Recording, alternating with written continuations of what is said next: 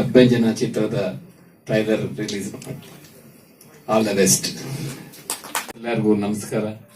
ಇವತ್ತು ವಿಶೇಷವಾದ ದಿನ ಅಂತ ಅನ್ಕೊಳ್ತೀನಿ. ಕಾರಣ 2 ಚಿತ್ರದ ಟ್ರೈಲರ್ ಬಿಡುಗಡೆ ಮಾಡುವಂತ ಒಂದು ಸೌಭಾಗ್ಯ ಇವತ್ತು ಈ ಒಂದು ವೇದಿಕೆ ಮೇಲೆ ಸಿಕ್ಕಿದೆ. ತುಂಬಾ ಖುಷಿ ಆಗ್ತಾ ಇದೆ. ಈ ಚಿತ್ರದ ನಿರ್ದೇಶಕರ ಬಗ್ಗೆ ನಾನು ಹೇಳ್ಬೇಕಾಗಿಲ್ಲ. ಅವರು ಒಂದು ಹುಲ್ಕಡ್ಡಿದ ಕೂಡ ಆಕ್ಟ್ ಮಾಡಿಸುವಂತ ಒಂದು ಕೆಪಾಸಿಟಿ ಇರ್ತಕ್ಕಂಥ ನಮ್ಮ ದಿನೇಶ್ ಬಾಬು ಸರ್ ಅವರು ಎಷ್ಟೋ ನಮ್ಮ ಕನ್ನಡ ಚಿತ್ರಗಳನ್ನ ಮಾಡಿ ತೋರಿಸಿದ್ದಾರೆ. ಈ ಚಿತ್ರನ 2 ಚಿತ್ರಗಳು ಡೈರೆಕ್ಷನ್ ಮಾಡಿ ಮತ್ತೆ 2 ಚಿತ್ರಗಳ ನಿರ್ಮಾಪಕರು ಒಬ್ಬರೇ ಆಗಿ ವಿಶೇಷವಾಗಿ ಈ ಒಂದು 2 ಚಿತ್ರದ ಟ್ರೈಲರ್ಗಳನ್ನ ರಿಲೀಸ್ ಮಾಡಿ ಇವತ್ತು ನಮ್ಮನ್ನು ಕರೆಸಿ ಈ ಜಾಗದಲ್ಲಿ ಕೂರಿಸಿ ಎಲ್ಲರೂ ಈ ಚಿತ್ರದ ನೋಡಿ ಆನಂದಿಸಿ ಅಂತ ಹೇಳಲಿಕ್ಕೆ ಹೇಳಿದ್ದಾರೆ. ಖಂಡಿತ ಒಳ್ಳೇದಾಗತ್ತೆ. ಅವರು ಒಳ್ಳೆ ನಿರ್ದೇಶಕರ ಕೈಗೆ ಸಿಕ್ಕಿದ್ದಾರೆ, ಒಳ್ಳೆ ನಿರ್ದೇಶನ ಮಾಡಿದ್ದಾರೆ. ಎಲ್ಲದಕ್ಕಿಂತ ಹೆಚ್ಚಾಗಿ ಈ ಚಿತ್ರದಲ್ಲಿ ನಟಿಸಿದಂತ ನಾಯಕ ನಾಯಕಿ ಹಾಗೂ ಎಲ್ಲ ಇತರ ಕಲಾವಿದರಿಗೂ ಕೂಡ ನನ್ನ ಹೃತ್ಪೂರ್ವಕವಾದ ಒಂದು ಬೆಸ್ಟ್ ವಿಶೇಷ ಹೇಳಕ್ಕೆ ಇಷ್ಟಪಡ್ತೀನಿ. ತುಂಬಾ ಒಳ್ಳೇದಾಗ್ಲಿ. ಮತ್ತೆ ಈ ಚಿತ್ರದ ಒಂದು ಹಂಚಿಕೆಯನ್ನ ತಗೊಂಡಿರ್ತಕ್ಕಂಥ ಒಂದು ವಿತರಕರು ಕೂಡ ಧೈರ್ಯ ಮಾಡಿ ಒಂದೇ ದಿವಸ 2 ಚಿತ್ರಗಳನ್ನ ಬಿಡುಗಡೆ ಮಾಡ್ತಾ ಇದ್ದಾರೆ. ತುಂಬಾ ಅದ್ಭುತವಾದ ಅವರ ಒಂದು ಸಾಹಸಕ್ಕೆ ನಾನು ಮೆಚ್ಚುಗೆ ವ್ಯಕ್ತಪಡಿಸ್ತೀನಿ. ಒಳ್ಳೇದಾಗ್ಲಿ. ಇನ್ನು ಹೆಚ್ಚಿನ ರೀತಿಯಲ್ಲಿ ಒಳ್ಳೊಳ್ಳೆ ಚಿತ್ರಗಳನ್ನ ತೆಗೆಯುವಂತ ಒಂದು ಭಾಗ್ಯ ನಮ್ಮ ನಾಗೇಶ್ವರ ನಿರ್ಮಾಪಕರು ಮತ್ತು ಅವರ ಸಹಪಾಠಿಗಳಿಗೂ ಸಿಕ್ಲಿ. ಮತ್ತು ಹಾಗೆ ನಮ್ಮ ತಾರಾ ಮೇಡಮ್ ಇದ್ದಾರೆ, ದಿನೇಶ್ ಬಾಬು ಸರ್ ಇದ್ದಾರೆ. ಇನ್ನು ಎಲ್ಲರೂ ಹೇಳಕ್ ಗೊತ್ತಾಗ್ತಾ ಇಲ್ಲ. ಎಲ್ಲರಿಗೂ ಶುಭವಾಗ್ಲಿ. ಹಾಗೆ ನಮ್ಮ cameraman sir J Krishna sir ಕೂತಿದ್ದಾರೆ. ಅವ್ರಿಗೂ ನನ್ನ ವಂದನೆಗಳನ್ನು ತಿಳಿಸ್ತಾ, ಮುಖ್ಯವಾಗಿ ಈ ಮಾಧ್ಯಮದ ಮಿತ್ರರಿಗೆ ಈ ಮೂಲಕ ನನ್ನ ಹೃತ್ಪೂರ್ವಕ ವಂದನೆಗಳನ್ನು ತಿಳಿಸ್ತಾ, ಮತ್ತೆ ಈ ಚಿತ್ರದ ಎಲ್ಲಾ ತರದಲ್ಲೂ ಒಳ್ಳೇದಾಗ್ಲಿ, ಬೆಸ್ಟ್ ವಿಶೇಷ ಹೇಳಕ್ಕೆ ಇಷ್ಟಪಡ್ತೀನಿ. ಜೈ ಕರ್ನಾಟಕ. ಮೊದಲನೇದಾಗಿ ಇಷ್ಟು ದೊಡ್ಡವ್ರ ಮೇಲೆ ಜೊತೆಯಾಗಿ ಸ್ಟೇಜ್ ಹಂಚ್ಕೊಂತಾ ಇದ್ದೀನಿ ಅನ್ನೋದು ಒಂದು ಸೌಭಾಗ್ಯ. ನಾನು ಮೊದಲು ಬಾಬು ಸರ್ ವಿಷಯದಿಂದ ಸ್ಟಾರ್ಟ್ ಮಾಡ್ತೀನಿ. ಬಲಗಾಲಿಟ್ಟು ಒಳಗೆ ಬಾ ಅನ್ನೋ ಒಂದು ಸಿನಿಮಾಯಿಂದ ಶುರುವಾಗಿದ್ದ ನಮ್ಮ ನಂಟು ಇಲ್ಲಿವರೆಗೂ ಕರ್ಕೊಂಡ್ಬಂದು ಕೂರಿಸಿದೆ ಇವತ್ತು ನನಗೆ. ಅವ್ರು ಎಂತೆಂತ ಆಕ್ಟರ್ಗಳಿಗೆ ಆಕ್ಷನ್ ಕಟ್ ಹೇಳಿದ್ದಾರೆ. ಅಂತದ್ರಲ್ಲಿ ಅವ್ರ ಸಿನಿಮಾಗಳಲ್ಲಿ ನಾವುಗಳು ಆಕ್ಟ್ ಮಾಡಿದೀವಿ ಅಂದ್ರೆ ಅದು ನಮ್ಮ ಅದೃಷ್ಟ. ಈ ಸಿನಿಮಾ ಅಂತೂ ರೆಕಾರ್ಡ್ ಮೇಲೆ ರೆಕಾರ್ಡು.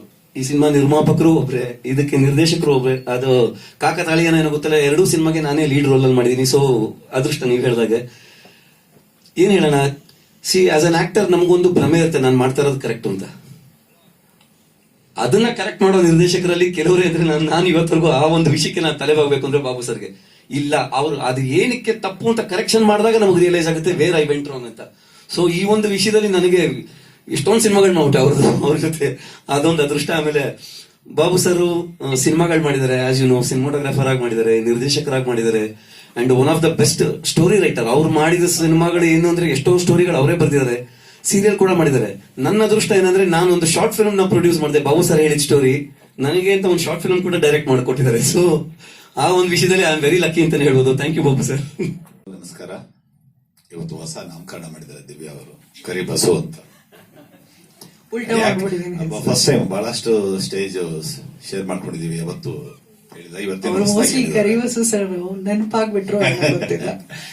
ಇಲ್ಲಿ ಬಾಬು ಸರ್ ಬಗ್ಗೆ ಹೇಳ್ಬೇಕು ಅಂತಂದ್ರೆ ನಾನು ಏನೇ ಮಾತಾಡಿದ್ರು ಚಿಕ್ಕದಾಗುತ್ತೆ. ನನ್ನ ಅವರ ಪರಿಚಯ ಸುಮಾರು ಇನ್ನು 2 ತಿಂಗಳು ಕಳೆದ್ರೆ ಆಗಸ್ಟ್ 15 ಬಂದ್ರೆ 41 ವರ್ಷ ಮುಗಿಯುತ್ತೆ. ಅವರನ್ನ ಫಸ್ಟ್ ನಾನು ಮೀಟ್ ಮಾಡಿದ್ದು 1985 ಆಗಸ್ಟ್ 15. ಹೊಸ ನೀರು ಸಿನಿಮಾ ಆಗ್ತಾನೆ ರಿಲೀಸ್ ಆಗಿರುತ್ತೆ. ನಾನು ಅದರಲ್ಲಿ ಆಕ್ಟ್ ಮಾಡಿ ಮತ್ತೆ ಪ್ರೊಡಕ್ಷನ್ ವರ್ಕ್ ಮಾಡಿರ್ತೀನಿ. ಆ ನಿರ್ಮಾಪಕರ ಜೊತೆ ಚೆನ್ನೈಗೆ ಹೋಗ್ತೀನಿ ಮಾತಾಡೋದಕ್ಕೆ. ಕೋಕಿಲಾ ಮೋಹನ್ ಹಳೆ ಗೆಳೆಯ, ರಂಗಭೂಮಿ ಗೆಳೆಯ ಇರ್ತಾನೆ. ಸುಹಾಸಿನಿ ಅವ್ರನ್ನ ಮೀಟ್ ಮಾಡಕ್ ಹೋಗಿರ್ತೀವಿ. ಸುಹಾಸಿನಿ ಅವರು ಬಾಬು ಸರ್ನ ಎಂಟೈರ್ ಟೀಮ್ಗೆ ಪರಿಚಯ ಮಾಡಿಕೊಡ್ತಾರೆ. ಒಂದು ಟ್ರೆಂಡ್ ಕ್ರಿಯೇಟ್ ಆಗಲಿ. ಸಣ್ಣ ಸಿನಿಮಾಗಳಿಗೂ ಕೂಡ ಪ್ರೇಕ್ಷಕ ಒಳ್ಳೆ ಸಿನಿಮಾ ಆದ್ರೆ ಅದು ಕೈ ಹಿಡಿತಾನೆ ಅನ್ನೋದಕ್ಕೆ ನಂಬಿಕೆ. ನೀವೆಲ್ಲರೂ ಇವತ್ತು ಇಷ್ಟೊಂದು ಸಂಖ್ಯೆಯಲ್ಲಿ ಬಂದು ನಮ್ಗೆ ಸಪೋರ್ಟ್ ಮಾಡ್ತಿರೋದು ನೋಡಿದ್ರೆ ಖಂಡಿತವಾಗ್ಲೂ ಈ ಸಿನಿಮಾ ಗೆದ್ದೇ ಗೆಲ್ಲುತ್ತೆ ಅನ್ನುವ ನಂಬಿಕೆ ಇದೆ. And all the best. Thank you. And thank you Divya, your always good. So sweet, great blessing ನಂಗೆ. ನನ್ನ ಹಿರಿಯರು ಮಾಡಿರೋ ಪುಣ್ಯ ಅನ್ಸುತ್ತೆ ನಂಗೆ ಸಿಕ್ಕಿದೆ. ಮೊದಲನೇದಾಗಿ ಎಲ್ಲರಿಗೂ ನಮಸ್ಕಾರ. ನಿಮ್ಮೆಲ್ಲರೂ ನನ್ನ ಸ್ಟೇಜ್ ಪಕ್ಕದಲ್ಲಿ, ನನ್ನ ಅಕ್ಕಪಕ್ಕದಲ್ಲಿ ಎಲ್ಲ ದಿಗ್ಗಜರಿದ್ದಾರೆ. ನನ್ನ ಮುಂದೆ ಕೂಡ ಮಾಧ್ಯಮ ಬಂಧುಗಳು ಎಲ್ಲರೂ ನನಗಿಂತ ತುಂಬಾ ತಿಳಿದಿರೋರು. ಸೊ ನನ್ನಿಂದ ಏನಾದ್ರೂ ತಪ್ಪಾದ್ರೆ ಅಂಬೆಗಾಲ್ ಇಟ್ಕೊಂಡು ಮೊದಲನೇ ಹೆಜ್ಜೆ ಇಟ್ಕೊಂಡು ಇಂಡಸ್ಟ್ರಿಗೆ ಬರ್ತಿರೋ ಹೊಸ ಹುಡುಗಿ ಅಂತ ಕ್ಷಮಿಸಿ. ಏನಂತ ಹೇಳಿ, ಆಕ್ಟಿಂಗೇ ಕಲ್ತಿಲ್ಲ ನಾನು. ಅಂತವಳಿಗೆ ದಿನೇಶ್ ಬಾಬು ಸರ್ ಅಂಡರ್ ಅಲ್ಲಿ ಡೆಬ್ಯೂ ಮಾಡಕ್ ಸಿಗ್ತಾ ಇದೆ. ಸ್ವಾಮಿ ಸರ್ ಆಗಿರ್ಲಿ ಅಥವಾ ನಾಗೇಶ್ವರ್ ಸರ್ ಕೂಡ ನಮ್ಮ ಎರಡು ಸಿನಿಮಾದಲ್ಲಿ ಬೇರೆ ಬೇರೆ ತರ ಪಾತ್ರ ಮಾಡಿದ್ದಾರೆ. ಸೊ ಎಲ್ಲಾನು ನೋಡಿ ಒಂದು ಮಾಸ್ಟರ್ ಕ್ಲಾಸ್ ತರ ಆಗಿತ್ತು ನಂಗೆ. ನಾನು ಡೆಬ್ಯೂ ಸಿನಿಮಾ ಮಾಡ್ತಾ ಇದ್ದೀನಿ ಅಂತ ನಂಗೆ ನೆನಪಿರ್ಲಿಲ್ಲ. ಇದು ರಿಲೀಸ್ ಆಗುತ್ತಾ ಹಿಟ್ ಆಗುತ್ತಾ ಅದ್ ನಂಗೆ ಅದ್ರ ಚಿಂತೆ ಇರ್ಲಿಲ್ಲ. ಇಂಥವ್ರ ಮುಂದೆ ನಾನು ಓಡಾಡ್ತಾ ಇದ್ದೀನಿ, ಇವರಿಂದ ಕಲಿತಾ ಇದ್ದೀನಿ. ಇಷ್ಟೆಲ್ಲ ನಂಗೊಂದು ಎಕ್ಸ್ಪೀರಿಯನ್ಸ್ ಸಿಕ್ಕಿದೆ. ಅದೇ ನಂಗೊಂದು ದೊಡ್ಡ ವಿಷಯ. ಇನ್ನೇನ್ ಹೇಳಿ, ತುಂಬಾ ಜನರಿಗೆ ತುಂಬಾ ತರ ಡೆಬ್ಯೂ ಸಿಗುತ್ತೆ, ಆದ್ರೆ ಇಂಥ ಒಳ್ಳೆ ಸಬ್ಜೆಕ್ಟ್ ಇರೋ ಒಂದು ಪಾತ್ರ ನಂಗೆ ಸಿಕ್ಕಿರೋದು. ಅಂಡ್ ನನ್ನಿಂದ ಸಂಪ್ರತಿಗೆ ಮತ್ತೆ ಸತಿಗೆ ತುಂಬಾ ಡಿಫ್ರೆನ್ಸ್ ಇದೆ. ಆ ಡಿಫ್ರೆನ್ಸ್ ನ ಬ್ರಿಡ್ಜ್ ಮಾಡಿದ್ದೇ ಬಾಬು ಸರ್. ಸೊ ತುಂಬಾ ಥ್ಯಾಂಕ್ಸ್ ಎಲ್ಲರಿಗೂ ಈ ನನ್ಗೆ ಒಂದು ಅವಕಾಶ ಕೊಟ್ಟಿದ್ದಕ್ಕೆ. ಈ ತಂಡಕ್ಕೆ ಪರಿಚಯ ಮಾಡಿದ್ ನನ್ನ ಕೋ ಆರ್ಟಿಸ್ಟ್ ಅರ್ಜುನ್ಗೆ ತುಂಬಾ ಥ್ಯಾಂಕ್ಸ್. ಅದ್ಬಿಟ್ಟು ಎಲ್ಲಾರ್ಗೂ ನನ್ನ ಅಭಿನಯ ಇಷ್ಟ ಆಗುತ್ತೆ. ನಿಮ್ ಕುಟುಂಬಕ್ಕೆ ಒಂದು ಹೊಸ ಮೆಂಬರ್ ಬರ್ತಾ ಇದ್ದಾಳೆ, ಅವಳನ್ನ ಪ್ರೀತಿಯಿಂದ ಒಪ್ಕೋತೀರಾ ಅಂತ ಕೇಳ್ಕೊಂಡು I think thank you. Firstly ನಾನು ತುಂಬಾ ಅದೃಷ್ಟವಂತೆ. ಯಾಕೆಂತಂದ್ರೆ ಬಿ ಸುರೇಶ್ ಸರ್ದು ಒಂದು ಪಿನಕಾಗ ನಾನು ಸಿನಿಮಾ ಮಾಡಿದ್ದೆ. ಸೊ ಅದ್ರ ಡಬ್ಬಿಂಗ್ ಮುಗಿಸ್ಕೊಂಡ್ ಬರುವಾಗ ಬಾಬು ಸರ್ ಕೂಡ ಅಲ್ಲೇ ಇದ್ರು. ದಟ್ ಈಸ್ ವೆನ್ ಆಕ್ಚುಲಿ ನಾನ್ ಫಸ್ಟ್ ಮಾತಾಡ್ಸಿದ್ದೆ ಅವತ್ತೇನೆ ಅವ್ರನ್ನ. ಅದಾಗಿದ್ದು ಒಂದು ಫ್ಯೂ ಮಂತ್ಸಿಗೆನೆ ಬಾಬು ಸರ್ ಕಾಲ್ ಮಾಡಿದ್ರು, ಅಭಿಯಂಜನ ಸ್ಕ್ರಿಪ್ಟ್ ಹೇಳಿ ನನ್ಗೆ. ಅಂಡ್ ನನಗೆ ಆಕ್ಚುಲಿ ನಂಬಕ್ ಆಗ್ಲಿಲ್ಲ. I don't know if you remember sir, ಅಂದ್ರೆ ಆಕ್ಚುಯಲ್ ದಿನೇಶ್ ಬಾಬು ಸರ್ ಅಂತ ಕೇಳಿದ್ದೀನಿ ಅವ್ರ ಕಾಲಲ್ಲಿ. So I feel Dinesh Babu sir ಇಂದ ಏನ್ ತುಂಬಾ ಇದೆ ಕಲಿಯಕ್ಕೆ. ಬಟ್ ಬಜೆಟ್ ಇಸ್ ನೆವರ್ ಏನಂತಾರೆ ಕಾರಣ ಒಂದು ಒಳ್ಳೆ ಸಿನಿಮಾ ಮಾಡೋದಕ್ಕೆ ಅನ್ನೋದನ್ನ ಸರ್ ಪ್ರೂವ್ ಮಾಡಿದ್ದಾರೆ. ತುಂಬಾ ದೊಡ್ಡ ಬಜೆಟ್ ಸಿನಿಮಾಗಳು ದೊಡ್ಡ ದೊಡ್ಡ ನಟರನ್ನ ಹಾಕೊಂಡ್ ಮಾಡಿದ್ದಾರೆ. They all bean very successful.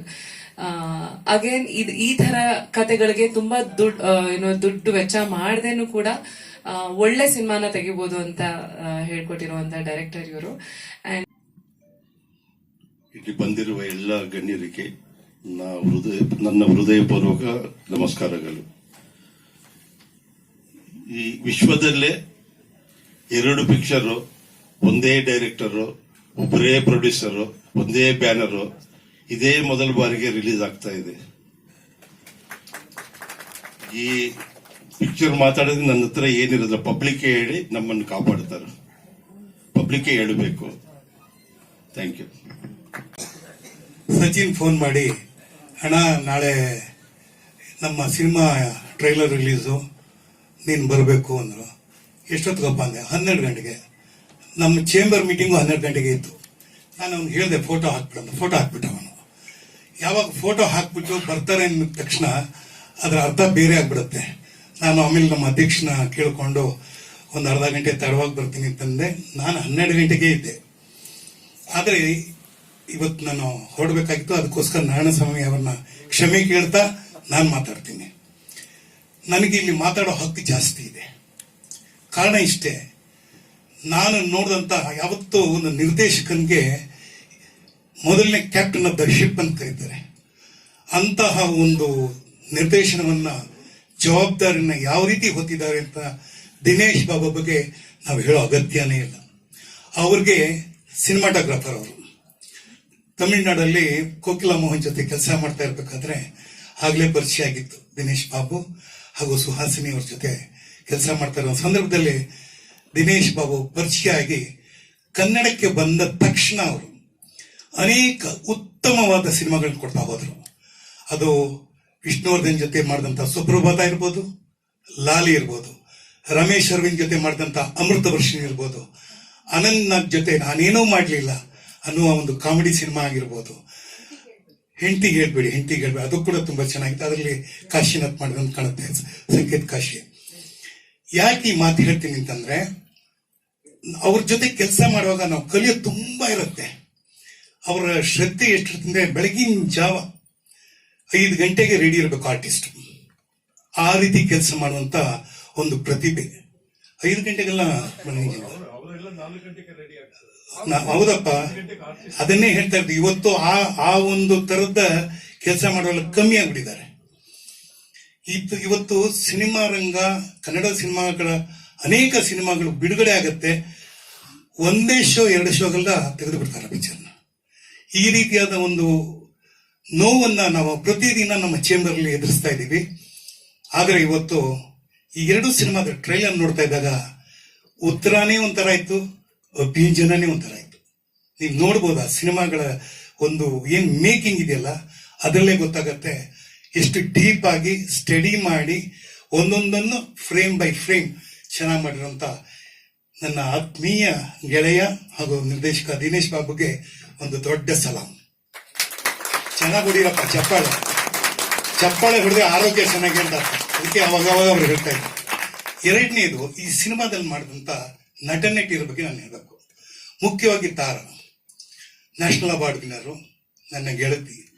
ಯಾವುದೇ ಪಾತ್ರವನ್ನು ಕೊಟ್ರೆ ಆ ಪಾತ್ರಕ್ಕೆ ಹಂಗೆ ಒಪ್ಕೊಂಡು ಆಕೆ ಮಾಡುವಂತ ಅನೇಕ ಹಸೀನಾ ಇರ್ಬೋದು ಅಥವಾ ಈ ಪಿಕ್ಚರ್ ಇರ್ಬೋದು. ಈಗ ಇದ್ರಲ್ಲಿ ನೋಡಿದೆ, ನೀನ್ ನೋಡಿದ ತಕ್ಷಣ ಪಕ್ಕ ಜಡ್ಜಿ ತಂಗಿ ಇದೆ ಅಂತಂದೆ.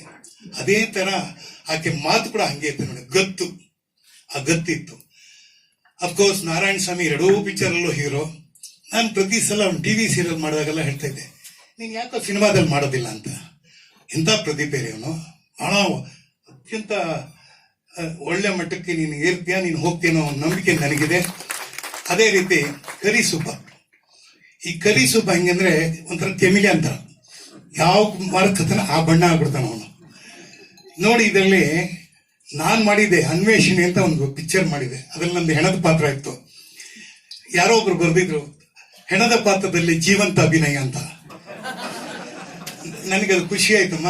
ಬಹುಶಃ ಅದನ್ನೇ ಕರಿಸುಬ್ಬ ಇದ್ರಲ್ಲಿ ಮಾಡಿದ್ದಾನೆ, ಅಭಿಂಜನದಲ್ಲಿ ಮಾಡಿದ್ದಾನೆ. ಅವನ ಒಂದೊಂದು ಎಕ್ಸ್ಪ್ರೆಷನ್ ನೋಡ್ತಾ ಇದ್ದಾಗ, ಆ ಪೋಸ್ಟರ್ ಎಕ್ಸ್ಪ್ರೆಷನ್ ನೋಡಿದಾಗಲೇ ಗೊತ್ತಾಯ್ತು ತುಂಬಾ ಚೆನ್ನಾಗಿದೆ ಅಂತ. ಮತ್ತೆ ಹೊಸಬರು ಒಂದಷ್ಟು ಜನ ಬಂದಿದ್ದಾರೆ. ಈ ಕಾಲಘಟ್ಟದಲ್ಲಿ ಅವ್ರಿಗೆ ನಾವು ಆಶೀರ್ವಾದ ಮಾಡೋದಷ್ಟೇ ಕೆಲಸ ನಮ್ದು. ಮುಖ್ಯವಾಗಿ ನಿಮಗೆ ಎಲ್ಲ ಮಾಧ್ಯಮದವ್ರಿಗೆ ಇವತ್ತು ಹೊಸ ರೀತಿಯ ಸಿನಿಮಾಗಳು ಬರ್ತಾ ಇದೆ. ಮೊದಲೆಲ್ಲ ರೀಲ್ ಇಂದ ಬರ್ತಾ ಇತ್ತು, ಆಮೇಲೆ ಅದು ಇದು ಡಿಜಿಟಲ್ ಆಯ್ತು. ಈಗ ಕಂಪ್ಲೀಟ್ ಅದನ್ನ ಬೇರೆ ತರನೇ AI ಹೋಗ್ತಾ ಇದೆ. ಈ ತರ ಎಲ್ಲ ಬದಲಾವಣೆಗಳಲ್ಲೂ ಕೂಡ 50 ವರ್ಷದಿಂದ ಸತತವಾಗಿ ಒಂದು ಚಿತ್ರರಂಗದಲ್ಲಿ ಕೆಲಸ ಮಾಡ್ಕೊಂಡು ಬರ್ತಾ ಇದ್ದಾರೆ ಅಂದ್ರೆ ಅವ್ರಿಗೆ ನಿಜವಾಗ್ಲೂ ಶ್ರೇಷ್ಠರು ಅಂತಾನೆ ಹೇಳ್ಬೇಕು. ಹಾಗಾಗಿ Dinesh Babu sir, whatever you have done so far, I think you can still work for another 10 years easily. And ಯಾರೋ ಕೇಳಿದ್ರು, ಈ ಸಿನಿಮಾದಲ್ಲಿ ನೀವು ಇದೀರ ಅಂತ. ಸರ್, ನೀವು ಹೋಗಿ ನೀವು ಯಾಕೆ ಸರ್ ಕರೆದಿಲ್ಲ ನನ್ನ ಈ ಪಿಕ್ಚರ್ಗೆ? ಚೇಂಬರ್ ಈಗ 3 ತಿಂಗಳಿಂದ ಈ ಪಿಕ್ಚರ್ ಮಾಡಿ ನಾವು ಒಂದ್ 2-3 ವರ್ಷ ಆಗಿರ್ಬೇಕು ಅಂತ ಕಾಣುತ್ತೆ. ಇರ್ಲಿ, ವಾಟ್ ಎವರ್ ಇಟ್ ಈಸ್. ಯಾಕೆಂದ್ರೆ ಕೆಲವು ಸಮಯ ನಮ್ಗೆ ಅನ್ಸುತ್ತೆ ಇಂಥವ್ರ ಜೊತೆ ನಾವು ಕೆಲಸ ಮಾಡ್ಲಿಲ್ಲ ಅಂತ ಕೊರಗಿರುತ್ತೆ.